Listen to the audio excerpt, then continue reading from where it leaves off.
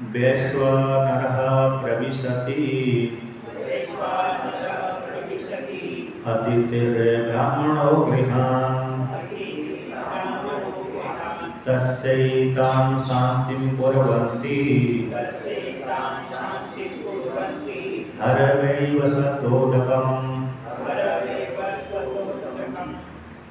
तो नचिकेता ने अपने पिताजी से कहा कि हे पिताजी, आप अपने पूर्वजों के विवाह को देख लीजिए और वर्तमान के ब्राह्मणों के विवाह को देख लीजिए और अपनी वाणी को सत्य करिए और सत्य करके अपनी वाणी जो बोली है आपने उसी के अनुसार आप आचरण करें।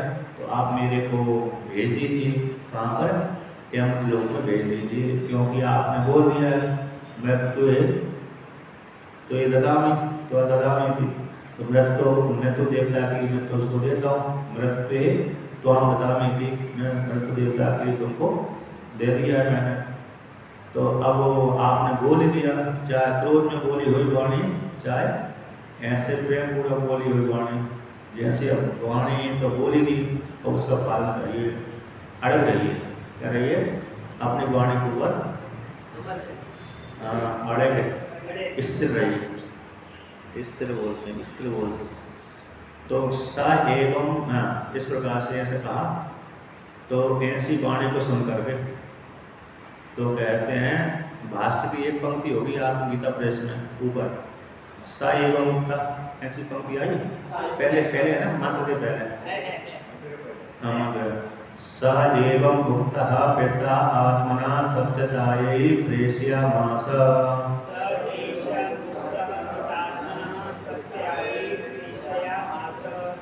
तो यहाँ पर एक इतनी पंक्ति है, तो कहते हैं स, अरे किसने, पिता ने, एवं मुक्ता, एवं इस प्रकार से नचिकेता ने जब कहा कि आप अपनी वाणी के ऊपर स्थिर रहिए, यानी सत्य का पालन करिए। तो पूर्वजों को देख लीजिए, पिता माँ को, और वर्तमान के ब्राह्मणों को देख लीजिए, जो सत्य का अनुसरण करते हैं, जो शास्त्री हैं, और उनका अनुसरण मत करिए।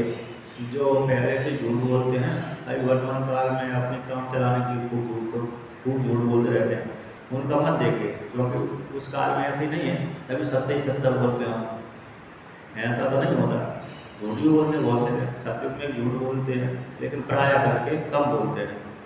जैसे कलयुग में ज़्यादा ही बोलते हैं, तभी तो कलयुग है। तो सत्युग में सत्य बोलते हैं, सत्य की प्रधानता है।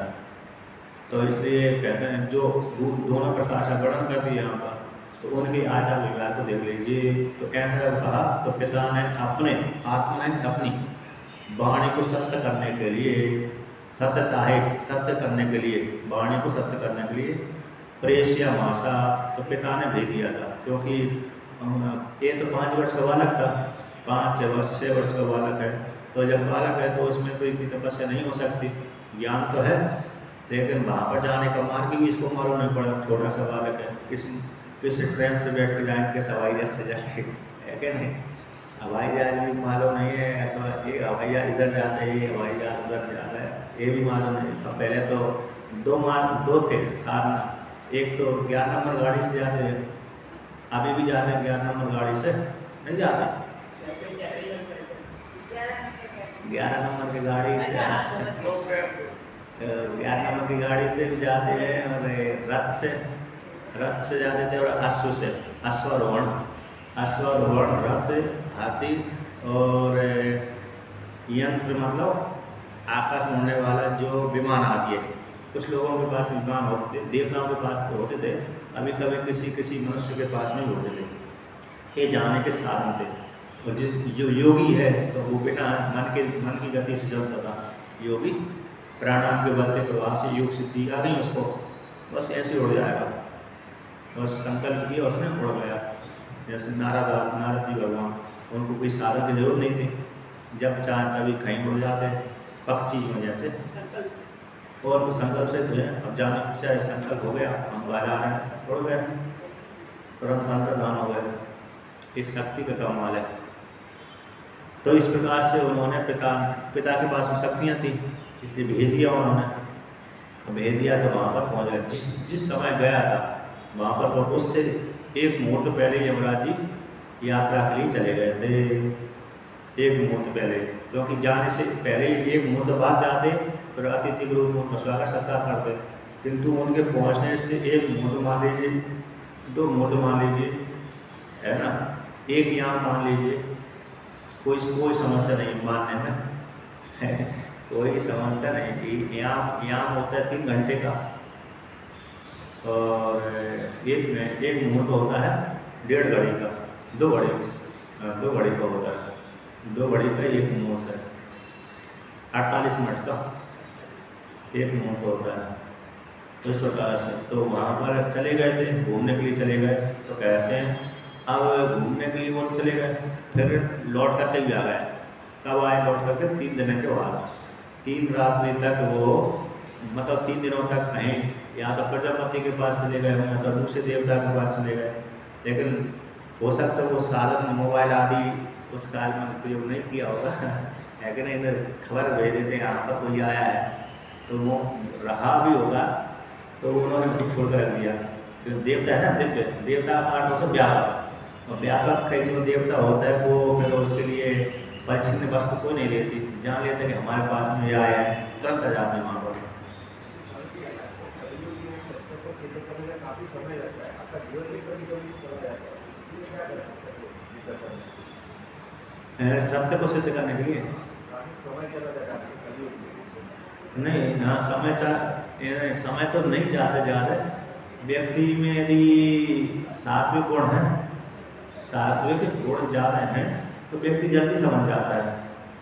सात्विक गुण बढ़ा उसको ज़्यादा समय नहीं लगता है। सात्विक जिसका अंतकरण, सात्विक अंतकरण है, मतलब सत्य प्रधान जो है व्यक्ति, उसका जीवन ज़्यादा इधर उधर नहीं बीतता, उसका जीवन समझने में जल्दी लग जाता है, मतलब वो जल्दी समझ जाता है। जिसका अंतकरण शुद्ध है वो सत्य को समझने में ज़्यादा देरी नहीं करता। यही तो है आपका प्रश्न, सत्य को समझने में जीवन व्यतीत हो जाता, किसी का व्यतीत हो जाता, किसी समझ ही नहीं पाता। तो इसमें अंतकरण की उपाधि प्रधान है। अंतकरण की उपाधि, जिसका अंतकरण मन शुद्ध है वो जल्दी समझ जाता है, और जिसका रजगुणी प्रधान मन है वो कम समझता है, वो तमगुणी प्रधान है तो उसको जीवन कहीं निकल जाता है।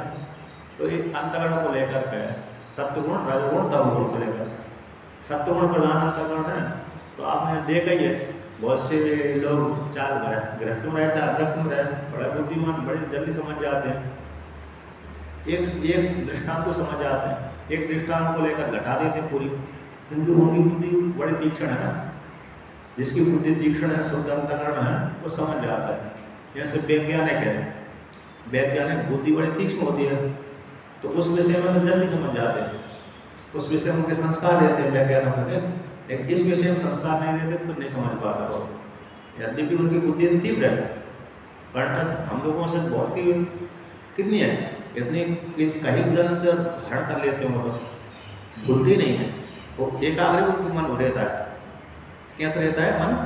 एकाग्र हो रहता है, लेकिन उसी में एकाग्र रहता है उनका, जिस विषय में उनका भौतिक जगत है उसी में एकाग्र रहता है, इसमें एकाग्र होगा नहीं, इसमें फेल हो जाते हैं, इस विषय में तो फेल हो जाते हैं, उस विषय में तो माहिर है। और हम लोगों से और आप सभी से उनकी बुद्धि बड़ी तीव्र रहती है। अरे कितने 10-10, 20-20 से 100-100, 200 ग्रंथ धारण करते हैं, वो तो करते नहीं करते, बिना एकाग्र किए उनको प्राप्त हो नहीं सकता है। तो बुद्धि बड़ी कुशल होती है उनकी, लेकिन आध्यात्मिक में उनकी कुशल नहीं रहती, और जिसकी आध्यात्मिक कुशल है वो आता है वो। तो इसमें उपाधि का वो गई अंतगण, सात्विक, राजस, तामस, और उसको शोधन करने के लिए यही है भाई, अंतगण को शुद्ध कर देते हैं इसके माध्यम से, नियम आसन प्राणायाम, ध्यान धारणा और समाधि और निष्काम कर्म और वेदांत आलम, यही साधन है। कर्म की प्रधानता तो पहले से भी प्रधान रही है, अच्छा तम भी, हाँ तम है, व्यक्ति की कामना बहुत है ना, प्रधानता तो अभी ऐसी बात नहीं कि अभी तम प्रधान हो, पहले से भी तम प्रधान रहा। लेकिन व्यक्ति अंतःकरण की लेकर के तो जिसकी वो है कामना होते वो तमो प्रधान हो जाता है, ये है। तो उसमें कोई दोष नहीं है, नहीं तो सृष्टि समाप्त हो जाएगी है कि नहीं? सृष्टि समाप्त हो जाएगी, रजोगुण तमोगुण सतुगुण ना हो तो सृष्टि समाप्त हो जाएगी। तो कहते हैं उस पिताजी ने भेज दिया, भेजने के पश्चात वो 3 दिन के बाद लौट करके आए। जिस दिन गए थे, जिस समय गए थे उससे एक मुहूर्त पहले, एक याम पहले ही चले गए थे, फिर 3 दिनों के बाद लौट करके आए। उसी को श्रुति इस प्रकार से वर्णन करती है। तो वे जब पहुंच गए नचिकेता उनके घर में पहुंच गए, तो वहाँ पर उनकी जो पत्नी और अमात्य थे, यमराज जी की पत्नी और उनके अमात्य थे, उन्होंने देखा ब्राह्मण देवता आया है, पृथ्वी लोक से आया है, अतिथि बनकर के आया है, तो बिना सूचना दे ही आया हुआ है। अतिथि का लक्षण कल परसों सुना था, अज्ञात पर गोत्रो व मध्यानादि समागता अन्नादि अर्थी मानवो यह सो अतिथि परिकीर्तिता। जो अज्ञात कुल गोत्र वाला हो, मध्यानादि के दिन मध्याह्न काल आदि में आया हुआ है और अन्न को चाहने वाला है, अन्न और रात्रि विश्राम के लिए चाहता है, ऐसा उसको अतिथि कहते हैं। दूसरा वर्णन कर दिया था, अतिथि यस्य भुनासो गृहात् प्रति निवर्तते और स तस्मै दुष्कृतम दत्तम पूर्णम आदाय गच्छति। जिसके घर में अतिथि रुकता है रात को और बिना खाए पिए सो जाता है, रोक लिया व्यक्ति ने, रोक लिया है और बिना खाए पिए उसको सुला दिया, तो फिर उसको कहते हैं दुष्कृत, तो वो दे जाते हैं, पाप दे जाते हैं, उसको पुण्य ले जाता है, पाप छोड़ जाता है और पुण्य ले जाता है। इससे पुराण का मंत्र है, इस लोग है, तो उसी को यहाँ पर कहते हैं। तो कहते हैं यहाँ पर कि श्रुति कहती है, कौन कहती है? श्रुति कहती है। जब वो ब्राह्मण देवता आए तो ब्राह्मण देवता को कहते हैं 3 दिनों तक भोजन नहीं किया, उन्होंने दिया तो था, ऐसा नहीं कि दिया ना हो। यमराज के अमात्यों ने, सेवकों ने, अमात्य मंत्री आदिगण सेवक आदि, उन्होंने दिया, उनकी पत्नी ने उनको स्वागत सत्कार किया, लेकिन स्वीकार नहीं किया उन्होंने। क्यों? क्योंकि मैंने एक कहानी सुनाई थी आपको आकाशवाणी में, आकाशवाणी को लेकर के, तो आकाशवाणी ने स्पष्ट मना कर दिया था, तो इसलिए उन्होंने खाया नहीं। और दूसरी बात है, अब जो उनके मन में भी पहले से भावना ज्ञान तो रहा होगा, क्योंकि पिता को रोक दिया उन्होंने गलती करने से, तो इसलिए उनके मन में भावना रही है कि जिसको दिया जाता है अब व्यक्ति उसी का अधीन हो जाता है, तो उसी की आज्ञा लेकर के विवाह करना चाहिए। जब तक वो आज्ञा न दे तब तक विवाह नहीं कर सकते। ऐसे तो स्त्रियों को धर्म ऐसे तो करते हैं, स्त्रियाँ भी तो पति की आज्ञा लेकर विवाह करते हैं, है ना। तो उसी प्रकार सेवकगण भी है, जिसको दे दिया, सौंप दिया, तो उसी को आज्ञा, फिर उसने आज्ञा दे दिया तो करता रहता है प्रभु। तो उन्होंने भी ये जाना होगा कि मैं अब इनका सेवक बन गया यमराज जी का, जब तक वो आज्ञा नहीं देंगे तब तक ना तो मैं किसी ग्रहण कर सकता हूँ, ना ले सकता हूँ, ना दे सकता हूँ। होता नहीं होता। जैसे यहाँ पर इन्होंने आज्ञा दी है, आपने वाल्मीकि रामायण सुनी होगी, थोड़ा बहुत समय, तो उसमें आया है कि राम जी ने जब यज्ञ किया नैमिषारण्य में, तो नैमिषारण्य में यज्ञ किया तो वाल्मीकि मुनि भी गए अपने शिष्यों को लेकर के, उसमें लवकुश भी थे, तो लवकुश को ब्राह्मण पूरी पढ़ा दी थी वाल्मीकि जी ने। तो उन्होंने कहा कि अब तुम, पहले ऋषियों को सुनाया, सारे ऋषियों को बड़े प्रसन्न हो गए, तो बहुत धन्यवाद दिए, पुरस्कार दिया। अब वाल्मीकि, जब राम जी ने यज्ञ किया था वहाँ पर वाल्मीकि मुनि भी पहुँचे थे, उसी यज्ञ में सम्मिलित हुए थे। तो रावण लवकुश से कहा कि जाओ तुम ऋषियों के आश्रम में इसको सुनाओ, राजा को उधर भी सुनाओ। अब इसके बच्चे उन्होंने सावधान कर दिया कि देखो जो कोई पुरस्कार ले उसको लेना नहीं, कि राजा भी दे तब भी नहीं लेना पुरस्कार, क्योंकि पुरस्कार के यदि पुरस्कार देंगे जो जात देगा उसको सुनाओगे, लोभ आ जाएगा। तो वहाँ पर उन्होंने सावधान कर दिया, कोई कितना भी धन दे लेना नहीं, सुनाओ सभी के। उस खालसा में जा, खालसा उतने टेंट बोलते हैं, मतलब जो उनका जो रावटी है, घास फूस के भी हो सकते हैं और पक्के भी हो सकते हैं, तो पक्के भी हो। राजा का यज्ञ है, राजा का यज्ञ 2-3 साल पहले से तैयारी चल रही उस यज्ञ में, राष्ट्रीय यज्ञ में उनके स्थानों पर जा जाकर सुना, सभी ने सुने। राम जी ने सुना एक बार कि बहुत अच्छी बालक गाते, ये तो मेरी कथा है। तो उन्होंने बुला लिया कि भाई किसने पढ़ाया? तो वाल्मीकि मुनि ने पढ़ाया कि हमको सुनाओ ये। ठीक है, सुनाते हैं। प्रतिदिन उन्होंने सुनाया, प्रतिदिन इतने इतने साल का सुनाया। तो जब सायकाल हो गया तो भरत जी कह दिया कि इनको कितना धन दे दो। हाँ, भरत, क्योंकि उस राम जी को मालूम नहीं था उस काल में कि मेरे पुत्र हैं, ये नहीं मालूम था। तो सुना, शाम को सोने को पश्चात जब सभा विसर्जन हुई, सायकाल तो वो होता है संध्या बंदन करने के लिए।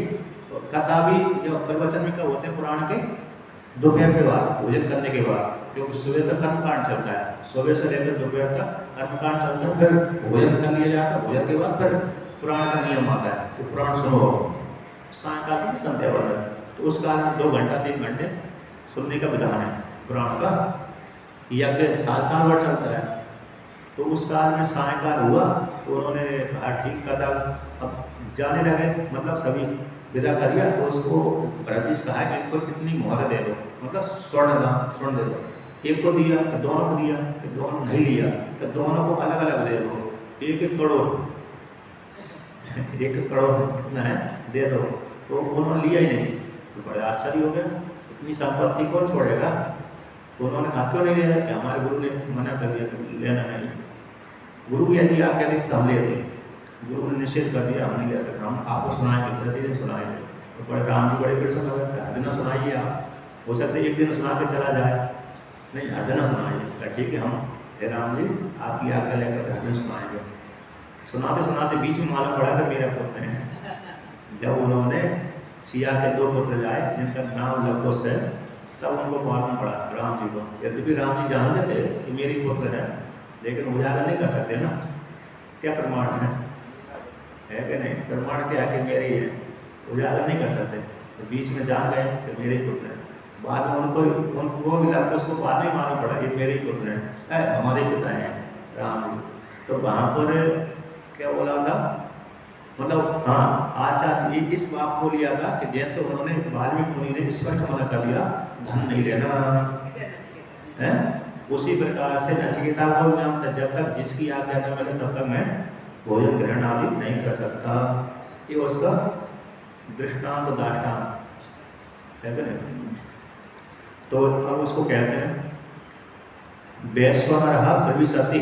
तो वैश्व तब लौट कर के आए यमराज जी, तो अतिथि के पास नहीं आए, सीधा अपने घर में गए।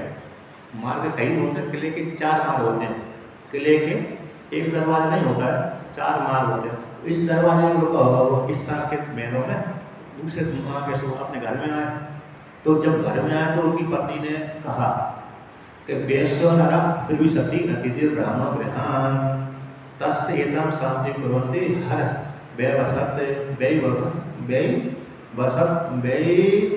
वसवत उदिकम। तो वसवत एक संबोधन है, विवस्वान के पुत्र को वसवत, हे वसवत, हे विवस्वान के पुत्र, हे सूर्य के पुत्र, हे यमराज जी के देखो इसको ले जाइए, उदक आदि को ले जाइए, हरियन ले जाइए। क्या वैश्वानरः प्रविशति, जो वैश्वानर नाम की अग्नि है, कौन सी अग्नि है? वैश्वानर नाम की अग्नि, विराट अग्नि। वैश्वानर नाम की अग्नि जो विराट अग्नि है हमारे शरीर के भीतर भी है, शरीर के भीतर जठराग्नि बोलते हैं उसी अग्नि को, क्या बोलते हैं? जठराग्नि। वो वैश्वानर नाम की अग्नि है। इस प्रकार से उपासना करना चाहिए। और समष्टि में विराट अग्नि, समष्टि में उसी का नाम विराट अग्नि हो गया। समष्टि में विराट अग्नि, विराट वैश्वानर उसके नाम हो गया। और व्यष्टि में शरीर के भीतर जठराग्नि अग्नि, ये हो गई। तो ऐसी उस अग्नि को जो वैश्वानर ही हमारे घर के महल के भीतर आया है, फिर भी सत्प्रवेश किया। कौन? अतिथि बन करके अग्नि आया, ब्राह्मण और ब्राह्मण का रूप लेकर के गृह के भीतर आया है। ब्राह्मण घर के भीतर आया, तो लेकिन ब्राह्मण नहीं आया बल्कि साक्षात अग्नि ही आई है। तो ब्राह्मण रूप जो वैश्वानर अग्नि है वो हमारे घर के भीतर आई है। यदि उसका अपमान हो गया, यदि शांति नहीं करी तो हमारे सब कुछ जला देगी वो अग्नि। वैश्वानर नाम की जो अग्नि है वो हमारे सारी संपत्ति, धन पुत्र, स्त्री आदि सबको जला देगी, सारा बर्बाद हो जाएगा। इसलिए जो ब्राह्मण रूप जो अग्नि है, वैश्वानर नाम की जो अग्नि है, जो ब्राह्मण का रूप लेकर के आई है, ब्राह्मण का जो रूप लेकर के आई है, ऐसी वैश्वर नाम की जो अग्नि, उस अग्नि को हे वैवस्वत, हे वैवस्वान के पुत्र, हे सूर्य के पुत्र, उस अग्नि की जो, क्योंकि दिन दिना से भोजन नहीं किया, क्रोध बढ़ गया, तो दोष लग गया, तो तस्य उस अग्नि की एताम शांति कुर्वन्ति, अर्थात क्या करो, हे वैश्वर, हे वैवस्वत उदकम हर, उदकम जल, तो उदक जल को ले जाइए, हरे ले जाइए, किस लिए, जिससे जैसे अग्नि को बुझाने के लिए जल साधन होता है, अग्नि को बुझाने के लिए जल साधन होता है, उसी प्रकार से अर्घपात आदि के लिए जल ले जाइए, उनको भोजन कराइए, पहले जल पिलाइए, 3 दिनों से प्यासी बैठे हुए हैं, तो जल के द्वारा उनकी जो गर्मी है ठंडी हो जाएगी, तो उस प्रकार से उनको जल आदि ले जाइए, अर्घपात आदि ले जाइए, वो सारी सामग्री उनके पास ले जाइए। देखो ऐसा अकेले नहीं, आप ही अकेले नहीं, शांति कुर्वन्ति, और इससे पूर्व के जो महापुरुष आदि हैं वो भी इसी प्रकार से शांति कुर्वन्ति, एकदम शांति कुर्वन्ति करते रहे हैं। इससे पहले के जो मेरे महापुरुष आदि हैं सारे गृहस्थ हैं, सब गृहस्थ हैं, प्रायः गृहस्थों में ही होता है, और व्रतों में भी दोनों प्रकार से होता है, सन्यासी में नहीं होता है। सन्यासी था हमारे घर में अतिथि आए नहीं है, सन्यासी खुद ही घर नहीं है, उसका अतिथि कौन होगा, सन्यासी का तो खुद घर नहीं है। अभी की बात नहीं कर रहा, उस काल के समय जो सन्यासी वृक्ष के नीचे है उसका कोई घर नहीं है ना, उसका कोई अतिथि नहीं होता है, उसका अतिथि नहीं, अतिथि उसी का है जिसने घर बना कर रखा है, जिसने घर बना कर रखा है, खाने पीने की सारी सुविधा है, उसी बात को खाने पीने के भी नहीं है तो थोड़ा बहुत जैसी है उसका ही अतिथि होगा, उसकी खुशी को पार करना होता है। अब जिसका चलता बिल्डिंग तो काम है उसका नहीं है। तो जो देखो पहले के भी लोगों ने गृहस्थों ने सदगृहस्थों ने अतिथि की सेवा सत्कार करते रहे हैं, सदगृहस्थों ने यहाँ पर एकदम शांति कुर्वन्ति, तो कुर्वन्ति बहुवचन प्रयोग कर दिया, आप तो अकेले हैं, तो मतलब इससे पहले के जो सदगृहस्थ है, सदगृहस्थ विशिष्ट हो गए, तो गृहस्थ सामान हो गए, पहले से वो भी शांति करते रहते हैं, अर्थात जो भी कोई अतिथि आता था उसको क्या करते थे, अर्घपात आदि दे करके उसकी स्वागत सेवा सत्कार करते थे, स्वागत सेवा सत्कार शांति करते थे। उसी प्रकार से आप जो वैश्वर नाम की अग्नि आई उसकी शांति करिए, कर दीजिए। तो ऐसी उसकी पत्नी ने अथवा अमात्य यानी मंत्रीगण ने सेवकों ने कहा, भगवान भास्कर व्याख्यान करते हैं इसका। साचयम भवनम गत्वा तिस्रो रात्रिर्वास यमे प्रोसिते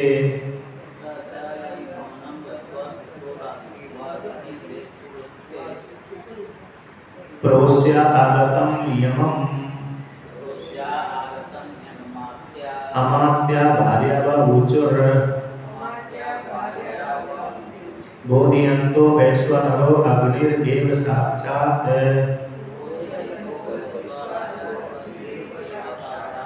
प्रविशति अतिथि सन ब्राह्मणो गृहान्तेन इव तस्य दाहं समयन्त इव अग्नेर् एतां पाद्यासनादि दानदक्षिणां शान्तिं कुर्वन्ति संतो अतिथिर् यतो अतो हर आहर हे वैवस्वतो दत्तं नचिकेते पाद्यार्थं यतश्च अकर्णे प्रत्यवाय सूयते।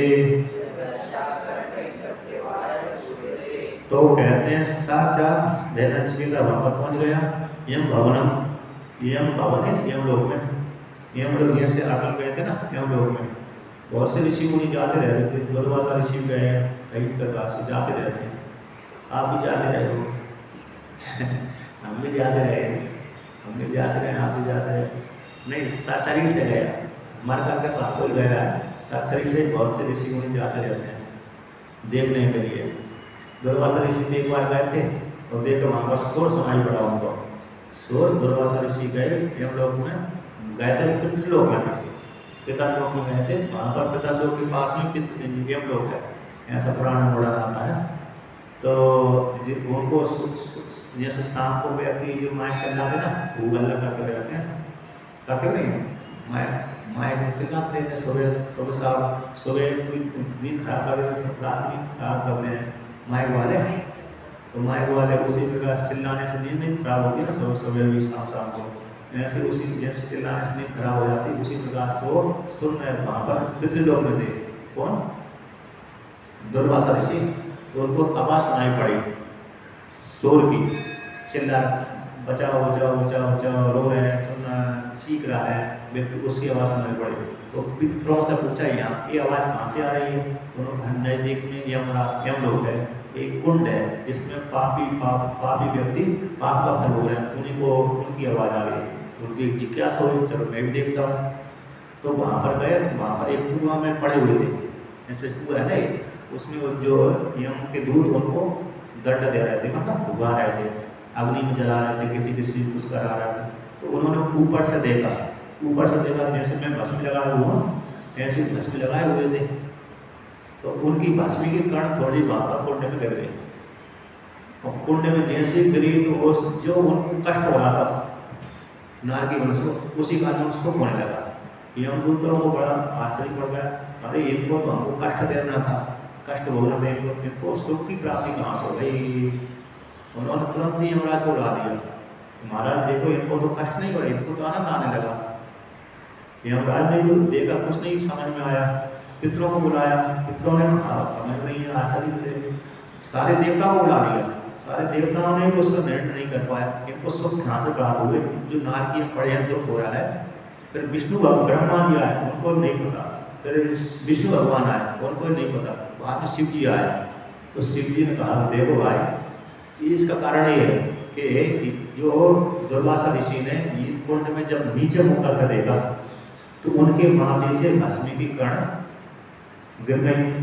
तो भस्मी की महिमा के माध्यम से ये क्या होगा, इनको अब इनको तो सुख मिलेगा, दुख नहीं मिलेगा, स्वर्ग के अधिकारी हो गए, इसलिए इनको सुख प्राप्त हो रहा है, अभी नरक के अधिकारी नहीं है।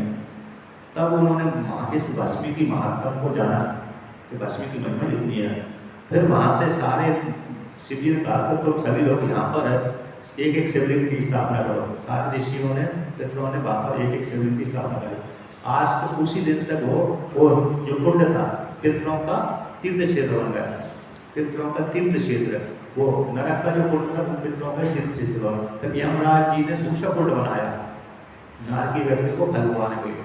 फिर यमराज जी ने प्रतिबंध लगा दिया कि आज से कोई भी भस्मधारी यहाँ पर नहीं आ सकता। सावधान कर दीजिए, ऐसे बोलते ना, सावधान, कुत्तों से सावधान लिखते ना, आज कुत्तों से सावधान बोलते नहीं, लिखते ना, घरों में तो लिखे देते हैं किसी किसी के, तो सुरक्षा के लिए कुत्तों से सावधान है। तो उसी प्रकार से उन्होंने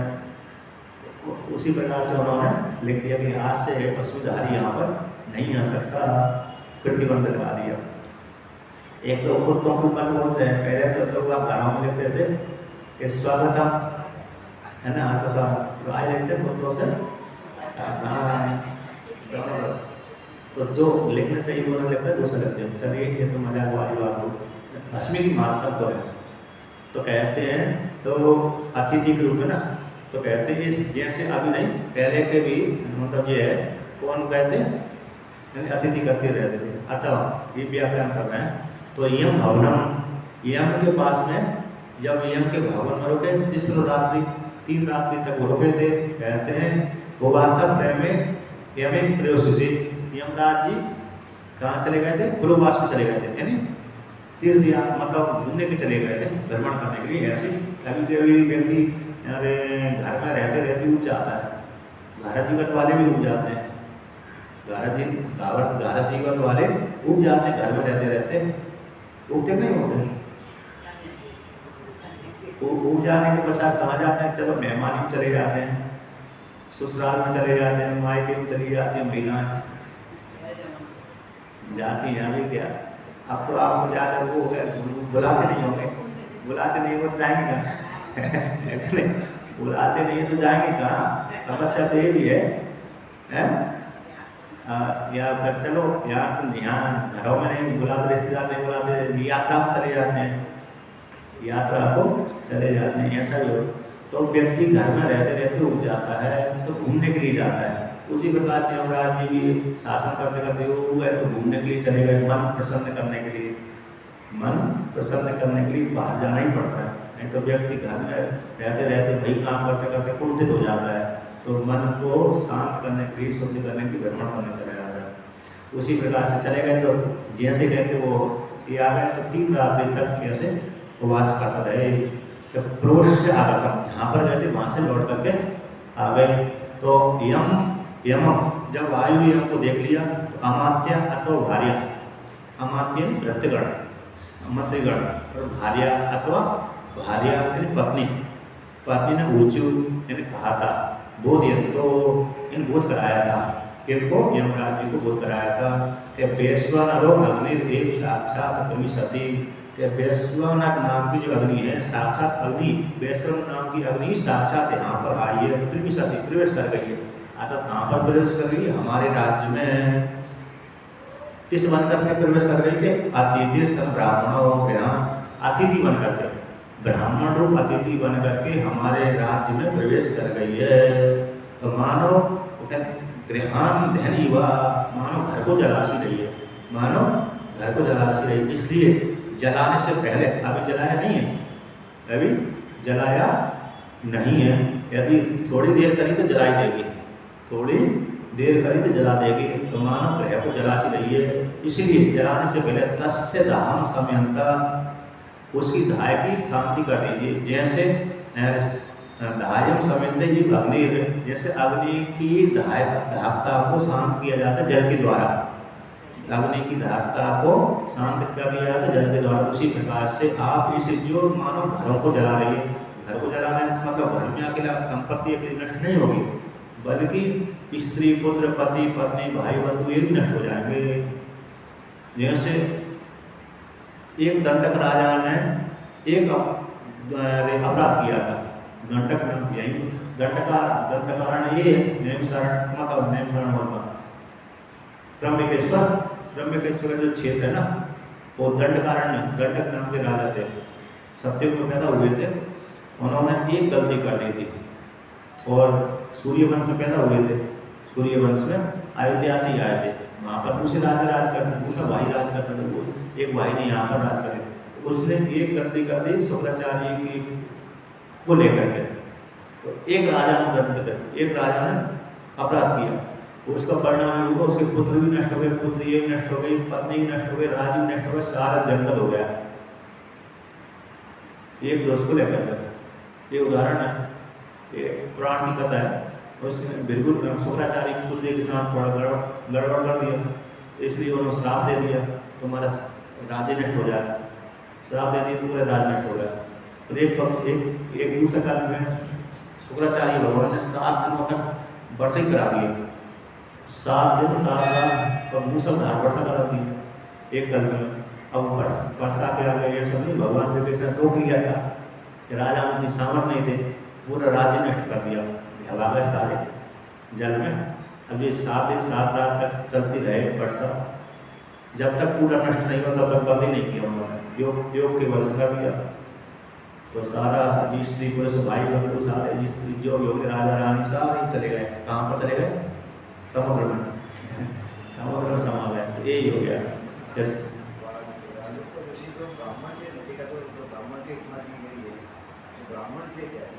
कौन? नचिकेता ब्राह्मण को थे। हाँ, तो यहाँ पर कहते हैं साक्षात कहते हैं मानो घर से जला रही है, जैसे अग्नि जल क्या करता है, जल अग्नि को शांत कर देता है, उसी प्रकार से इससे ब्राह्मण रूप अतिथि आए जो वैश्वानर नाम की अग्नि है उसकी शांति करो। एकदम किस प्रकार शांति करो? कहते हैं जो अग्नि के समान अतिथि आए उसकी पाद्य आसन आदि रखना शांति करवंती संतो, कहते हैं जो क्या होते हैं अतिथि होती हुई उनकी इस प्रकार से शांति करते रहते हैं, पहले के आचार्य ही करते रहते हैं, पाद्य के द्वारा आसन आदि के माध्यम से और आदि शब्द से भोजन आदि के माध्यम से। तो यहाँ पर 5 नंबर टिप्पणी दिया है पाद्यम पादाय बारिणी थी अमरा, पाद्यम पाद्य के हो पैर धोने के हो गए तो जल अर्घ्य यानी देना, अर्घ्य जैसे सूर्य भगवान को पिलाना, सूर्य अर्घ अर्थ हो गया अरे मुख पानी की प्रक्षालन आदि करना, मुख धुलाना और पानी पीना अर्घ हो गया। और पाद्य का अर्थ पैर धोना, क्योंकि व्यक्ति अभी तो गाड़ी से आता है तो समस्या नहीं, पहले तो पैदल भी चलता था तो पैर कैसे हो जाते, गंदे हो जाते थे, तो पैदल चलते चलते चलते पैरों में गर्माहट हो जाती है, तो गर्माहट को शांत करने के लिए पैर धुला देने से पैर कैसे हो जाते, ठंडे हो जाते हैं। और दूसरा गंदगी भी आती है पैरों के, नंगे पैर मतलब पैरों से चलते वक्त धूल से, अभी धूल कम है, पहले गाय है भैंस है कच्चे रास्ते होते थे तो उन रास्ते में धूल ही धूल हो जाती थी, इसलिए व्यक्ति के शरीर पैरों में धूल ज़्यादा लग जाती थी, इसलिए वो पैर धुलाने का नियम है। और रास्ते से चलता आ रहा है व्यक्ति तो थक जाता है, तो थकावट को मिटाने के लिए मधुपर्क दिया जाता है, मधुपर्क है ना, मधुपर्क मतलब कांसे के पात्र में जल दे दिया, उसमें शहद मिला दिया, जल शहद मिलाकर उसको दे दिया कि इसको पान करो, तो वो क्या हो जाता है, उसकी थकावट शांत हो जाती है। जैसे उत्तर प्रदेश में कहीं कहीं स्थान पर जो अतिथि आता है, कोई व्यक्ति महात्मा गया तो कोई अन्य गया, तो घरों में वो लोग कुछ जगह क्षेत्र में मिठाई रखते हैं, तो पानी ऐसा खाली पानी नहीं देते वो, कि साथ साथ मिठाई भी देंगे। ये उत्तर प्रदेश का है नियम, इधर है, इधर का तो मालूम नहीं है, इधर तो नहीं देते शायद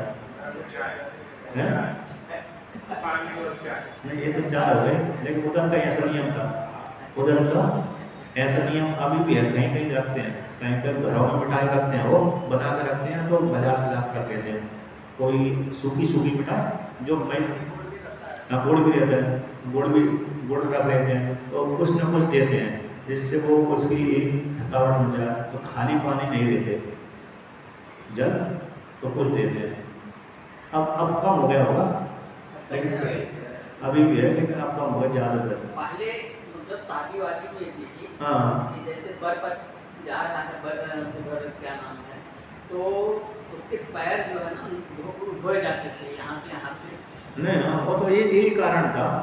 आगे बात हो गया, पैर नंगे चलते थे, धूला लग जाते, इसलिए यदि बिस्तर आसन पर बैठेंगे गंदे पैरों से आसन ही खराब हो जाएगा, क्योंकि स्वयं की बस्ती खराब होगी, आसन खराब हो जाएगी, इसलिए पहले धुलाए जाते थे, अभी धुलाते हैं।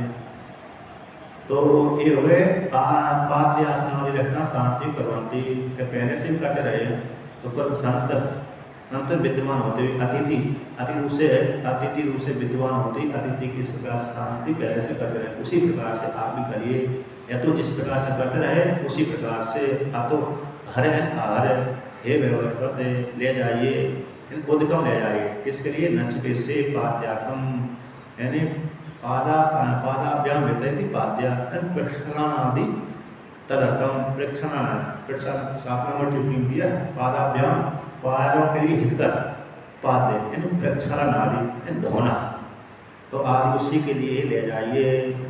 तस्मै हितम किसके लिए, कि शरीर अवयवादिवत, शरीर का अवयव होने से उस शरीर के हित के लिए इस अर्थ में प्रकट हुआ है, शरीर के अवयवों को धोने के लिए इसमें यत्न प्रकट हुआ है, तो पाद्यम कर दिया यहाँ पर। तो कहते हैं इस प्रकार से ले जाइए, अर्घ्य पाद्य आदि के लिए जल ले जाइए, या तो नहीं ले जाएंगे क्या होगा, मत ले जाओ, कहते हैं केतश्च आकर्ण्य प्रत्यवास देते, नहीं ले जाओगे तो प्रत्यवास लगेगा, नहीं ले जाएंगे, नहीं उसका अतिथि सत्कार करेंगे, कितना करें, हमको नहीं करने वाले, बहुत सी व्यक्ति नहीं करते, कहते हैं जल भी नहीं पिलाते, भोजन की तो बात अलग ही है, दूर की बात हो गई, जल भी नहीं पिलाते, कहते हैं न करने पर अकर्ण्य, अतिथि सत्कार न करने पर प्रत्यवास देते, प्रत्यवास सुना जाता है। तो ये प्रत्यवास यही हो गया कि अतिथि यस्य भग्नाशो विहात प्रतिनिवर्तते सदस्में दुष्कृतम दत्ता पुण्यमादाय गच्छति, जिसके घर में अतिथि रहता है, बिना खाए पिए रहता है, तो पाप को ले जाते हैं, पुण्य को ले जाता है, यही प्रत्यवाय है। प्रत्यवाय दोष, प्रत्यवाय का अर्थ होता है दोष, ऐसे कोई गलत कार्य करने से दोष लग जाता है, जैसे किसी को मार दिया ना, एक दोष हो गया वो, और किसी को मदद कर दिया, पूर्ण हो गया। उसी को मत करना जो सज्जन आदि हो, शराबी को मत नहीं करना तो उल्टा दोष लगा देगा।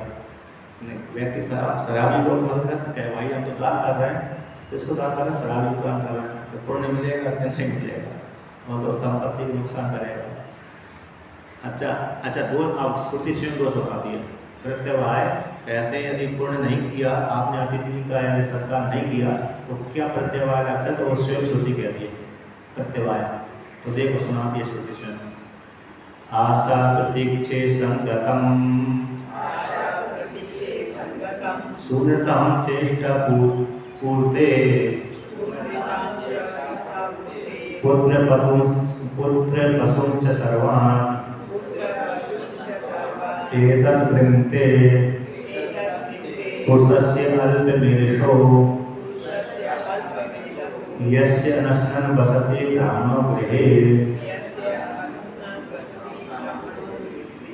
ये प्रत्यवाय है कि यदि आपने आपके घर में अतिथि है और आपने भोजन पानी आदि नहीं खिलाया तो फिर आपको ये दोष लगेगा।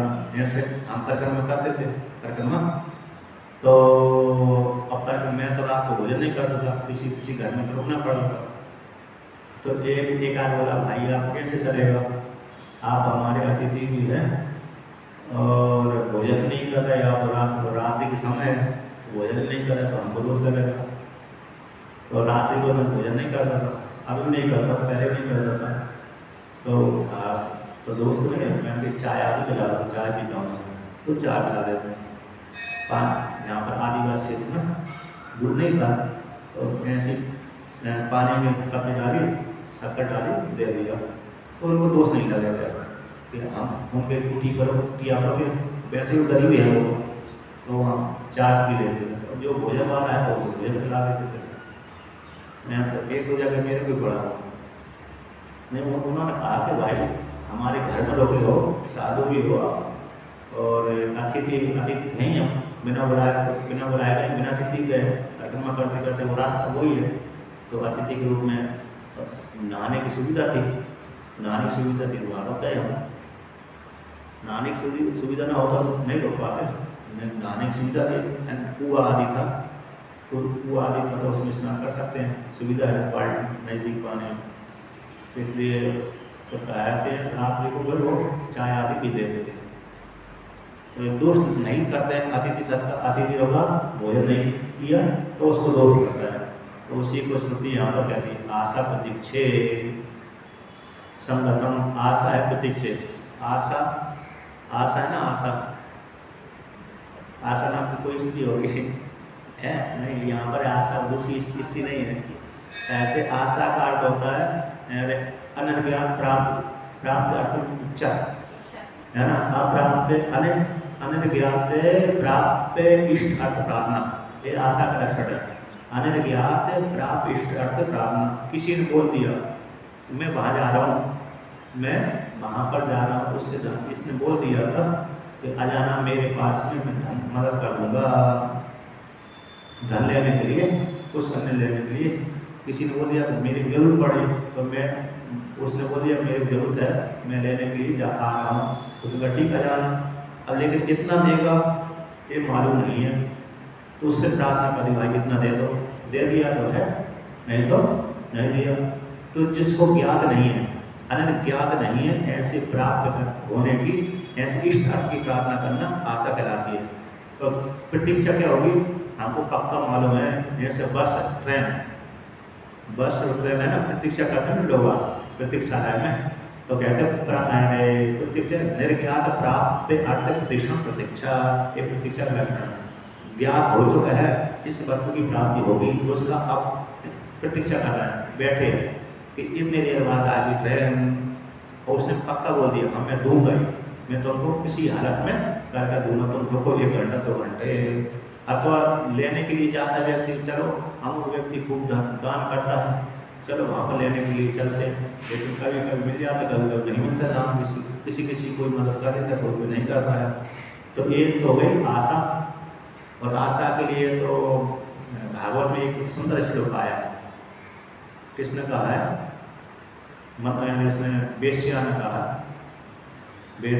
वेश्या का नाम है।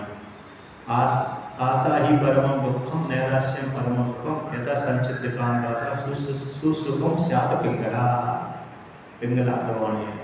आशा ही परमं दुःखं, है ना, और नैराश्यं परमं सुखम। उसने आशा करी थी कौन सी, शायद हज से बैठ गई, कोई आएगा, एक देखा उसके कोई सारा देखा ये आएगा, और आगे निकल गया, वो आया नहीं, दूसरा आ रहा तो उसने देखा वो भी आगे निकल गया, तीसरा आया, सुबह से शाम तक हुए, 11 बजे हो गया।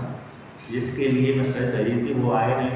अब इससे अच्छा तो मैं अपना कल्याण करूँ, जिसकी प्राप्ति से सारा जीवन सुधर जाता है। ये जीवन तो मेरा बेकार हो गया, अब इन पुरुषों की आशा नहीं करूँगी बल्कि परमात्मा की प्रार्थना करूँगी। तो पुरुषों से प्यारा हो गया, परमात्मा का चिंतन करने लगी।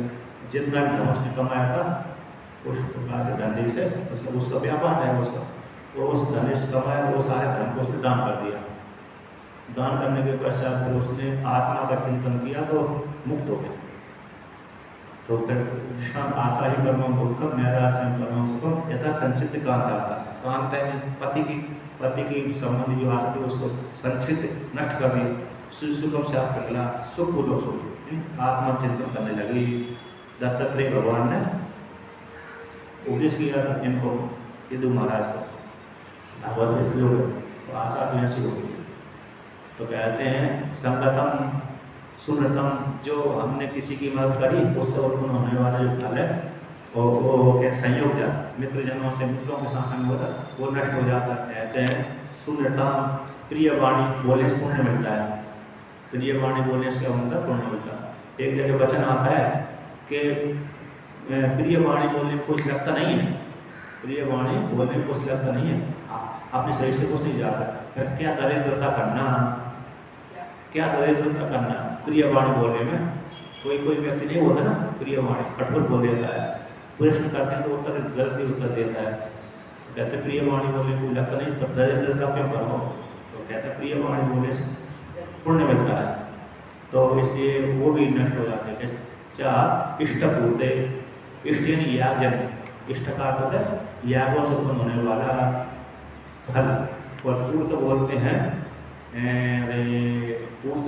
पूर्त का अर्थ पापी को, पूर्त का लक्षण है। कहते हैं पापी को तड़ागादि देवता आचनाने चा अन्न प्रदहनम आराम पूर्तम इति अभिधीयते, ये पूर्त का लक्षण है। पापी बना दिया, यज्ञ से धैर्य को पूर्त बोलते हैं। यज्ञ से भार जो दान किया जाता है उसको दत्त पूर्त कहते हैं, इष्ट पूर्त बोलते हैं, मतलब पूर्त कहते हैं। तो पापी कुआं बनवा दिया, तालाब बनवा दिया, जैसे ऐसे यहाँ पर क्षेत्र में कुआं तालाब बनवाते हैं ना, उत्तर प्रदेश में सभी तो पूरे भारत में बनाते हैं। जहाँ पर नदियाँ कम होती हैं, पानी की ज़्यादा समस्या होती है, वहाँ पर कुआं बावड़ी बसवाते रहते लोग। जो धनाढ़ है वही बन पाएगा, और जो धनाढ़ नहीं है तो व्यक्ति मजदूरी कर देते वहाँ पर, मदद कर देते, इतना ही है।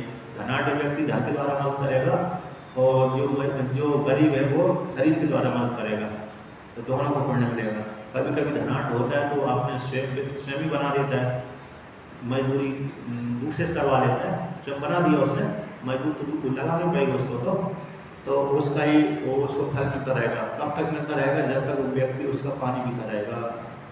जो व्यक्ति उसका पानी पीगा उसका पानी पीने से उसको तृप्त हो जाएगा, उसकी वजह से पुण्य मिलेगा। बड़ा अच्छा इसका जल है, और बड़ा अच्छा जिसने बनाया बहुत ही अच्छा है, तो परमात्मा उसको पुण्य का फल देगा। जितना भी पानी वो पिएगा व्यक्ति उस तालाब से, कुआं से, उतना कुछ प्रतिशत भाग पुण्य उसको मिलेगा जिसने बनवाया था। उसी प्रकार से तालाबों का, उसी प्रकार से कुआं का तालाब का ये होता है। छोटे तालाब बड़े पशु पानी पीते हैं, ऐसे इसलिए तो राजस्थान में यहाँ पर भी पक्षियों को गर्मी के समय में और रखते हैं ना, मटके उसमें पानी पीने जाते हैं, तो उनको पुण्य मिलेगा। जो ऐसा प्रयास करते हैं, पक्षियों को दाना डालते हैं, उसका पुण्य मिलेगा। तो बापी कूप, छोटी तालाब, थोड़ी बड़े तालाब है ना, बापी तो वो बोलते हैं छोटी छोटियाँ कुआं, और कूप थोड़ा बड़ा होगा, बड़ा आ गया तालाब हो गया। देवता आचनानी मंदिर हो गया, देवताओं के आश्रय स्थान, जैसे साधु यानी आश्रम हो गया, वर्तमान काल में रूढ़ हो गया साधु एंड आश्रम है, तो 4 आश्रम, लेकिन इसमें संन्यास आश्रम में रूढ़ हो गए। ये आश्रम है मठ जाते के मठ, जैसे भगवान भास्कर ने 4 मठ होना, मठम मठम प्रसिद्धि रहेगी, यहाँ पर सन्यासी रहेंगे, इन वृद्ध आश्रम खाली रहेंगे यहाँ पर मठम। अभी आश्रम में ज़्यादा प्रसिद्धि हो गई, लेकिन दक्षिण भारत में अभी मठम के नाम से प्रसिद्ध है। तो आज देवताओं के आयतन यानी देवताओं के घर, देवता घर कौन हो गया? मंदिर, देवालय कहते हैं। और विश्राम स्थल धर्मशाला लोग बनाते ना पहले समाज वाले, इस समाज को बना दिया, उस समाज को बना दिया, और अन्न प्रदान अन्न क्षेत्र चला दिया। और आराम यानी वही हो गया, आराम का तो धर्मशाला, ये सारे पूर्ण कहलाते हैं। तो कहते हैं और भी कहते हैं अग्निचित्र, अग्निहोत्रम तपा सत्यम वेदानाम चैवालम आदित्यम वैश्वदेवस्य इष्टम इति अभिधीयते। इष्ट का लक्षण है अग्निहोत्र कर्म करना, सत्य का पालन करना, तप करना, वेदों की आज्ञा का पालन करना, आतिथ्य सत्कार करना, वैश्वदेव नाम के पूजा करना, विश्वदेव संबंधी इष्टि करना, यज्ञ करना, ये सारे इष्ट संज्ञा में आते हैं। इस प्रकार से इष्टापूर्ते दुजाति नाम धर्म सामान्य उच्चते अधिकारी भवे शूद्रा पूर्ते धर्मे न वैदिके। इष्टपूर्ते ये दो जातियों के सामान्य धर्म हैं। अधिकारी कहते हैं इनमें अधिकारी भवे शूद्र, शूद्र वर्ण का व्यक्ति भी इसमें अधिकारी हो जाता है, स्त्री आदि भी इसमें अधिकारी होते हैं। न वैदिक, जिसमें उपनयन संस्कार जिसका नहीं हुआ उसको वैदिक में अधिकार नहीं है। जिसका उपनयन संस्कार नहीं हुआ उसको बड़े बड़े यज्ञ करने में यानी उसमें अधिकार नहीं है। मतलब जिसका उपनयन संस्कार नहीं हुआ उसको वैदिक कर्मकांड में अधिकार नहीं है। उसको किसमें अधिकार होता है? किसमें? यानी पूर्त वाले कर्मों में, खूब दान कर सकता है, पुण्य कमा सकता है, तीर्थ सेवन करने में कोई किसी का निषेध नहीं है। मात्र यज्ञ में मात्र जो वैदिक कर्मकांड है उसी में अकेले निषेध होता है। उसका अधिकारी मात्र उपनयन संस्कार वाले होगा। जिसका उपनयन संस्कार होगा वो यज्ञ आदि कर सकता है, तो जिसको उपनयन संस्कार आदि नहीं हुआ वो नहीं कर सकता। चाहे ब्राह्मण हो, चाहे क्षत्रिय हो, चाहे वैश्य हो, चाहे शूद्र हो, उपनयन संस्कार के बाद ही वो कर्म कर सकता है। ठीक है ना। और वैसे 3 वर्ण के लिए वहाँ पर उपनयन संस्कार होता है, इस प्रकार से वर्णन कर दिया। तो ये जो कौन इष्टापूर्त होगा ना, इष्टापूर्त शब्द आया। और कहते हैं और कौन सा आया? पुत्र, कहते हैं पुत्र और पशु से सर्वाणी सबको कहते हैं एतद वृंते नष्ट कर देता है। एतद वृंते का तो एतद ये सारे जो प्राप्त हो गए ना व्यक्ति के पुण्य कर्म करने से प्राप्त हो, इन सबको वृंते नष्ट कर देता है। तो इनके नष्ट हो जाते हैं पुरुषस्य अल्पमेधसो, जो अल्पमेधा वाला पुरुष है उसके घर में, जैसे जिस पुरुष अल्पमेधा वाले पुरुष के घर में अनशन वसति ब्राह्मण भरे, ब्राह्मण अतिथि बन करके बिना खाए पिए रहता है, तो ऐसे व्यक्ति के अल्पमेधा वाले व्यक्ति के क्या हो जाते हैं? सारे नष्ट हो जाते हैं। जो मेधावी है तो वो तो तुरंत करा देगा, अतिथि सत्कार कर देगा, भोजन पानी के द्वारा उसको प्रसन्न कर लेगा। धन के लिए नहीं बोले हम, है ना। तो वो तो इस अन्न पानी आदि को लेकर के तो भोजन रात को रुका है तो विश्राम दे दिया, और रुका है तो भोजन करा दिया, तो इससे पशु को दोष नहीं लगेगा। रुका भी है तो भोजन पानी नहीं दिया तो दोष लगेगा। तो कहते हैं जो अल्पमेधा वाले जिस घर में लोग आते अतिथि है, पहले अतिथि बहुत चलते थे, लोग रुकाते थे, प्रेम से रुकाते थे भी पहले, अभी भी रुकाते, अभी तो गाँवों में रुका देते हैं, गाँवों में अभी भी रुकते रहते हैं और रुका लेते हैं, क्योंकि उन्होंने ऐसी व्यवस्था बना कर रखी है।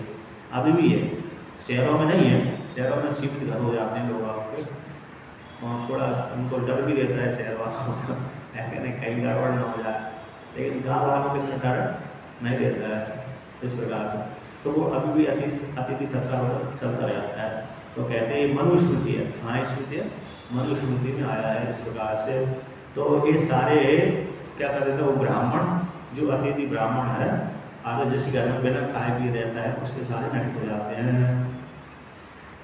है कि नहीं। मतलब जो तो यहाँ पर भगवान भास्कर ने अंतिम पंक्ति की है कि सारी अवस्थाओं में अतिथि का स्वागत सत्कार करना चाहिए। तस्मात् अनुपेक्षणीय सर्व अवस्थासु अतिथि इत्यतः, इसलिए अनुपेक्षणीय सारी अवस्थाओं में भी अतिथि कैसा उपेक्षणीय नहीं होता। ये अंतिम पंक्ति का अर्थ है कि नहीं। समय पूरा हो गया, इसलिए अब इस पास नहीं चलाया, नहीं तो ये सामान्य है। तो अंतिम पंक्ति का अर्थ है ये, तस्मात् अनुपेक्षणीय सर्वावस्था सु अपि अतिथि इत्यर्थ। इसलिए अनुपेक्षणीय सारी अवस्थाओं में, सारी जितनी भी कोई अवस्था है, जिस किसी चाहे गरीब हो, चाहे अमीर हो, चाहे जैसा भी हो, गरीब अमीर मध्यम, ये सारी अवस्थाओं, जैसी अवस्था में अतिथि रोक गया है, आपने रोक लिया था, तो उपेक्षणीय वो नहीं होता। कभी कभी तो व्यक्ति क्रूर आदि होता है, उसका भी ऐसा वर्णन करेंगे। मतलब अतिथि का है, कहीं कहीं तो अतिथि रूप से ब्राह्मण को लेते ग्रहण, कहीं कहीं क्षत्रिय को ले जाते, वैश्य शूद्र ले जाते, सब ले जाते। मतलब ब्राह्मण क्षत्रिय वैश्य शूद्र सारे, यदि आपके पास लोग है, जाति वर्ण को लेकर तो बोलकर रोक लेते हैं, कुछ नहीं रोकते, जो भी है। यदि रोका है तो उसको भोजन पानी, मुख्य रूप से तो यह है कि यदि आपके पास में अतिथि रोका है और रोक लिया है आपने, तो आपको उसको भोजन पानी दे देना चाहिए। तो नहीं देते हैं तो फिर रोका भी है, नहीं देते तो रोक लेना, इस श्रुति का अभिप्राय इस प्रकार से वर्णन कर दिया। ठीक है ना। अब आगे पाठ दूसरे पक्ष पर चलाएं।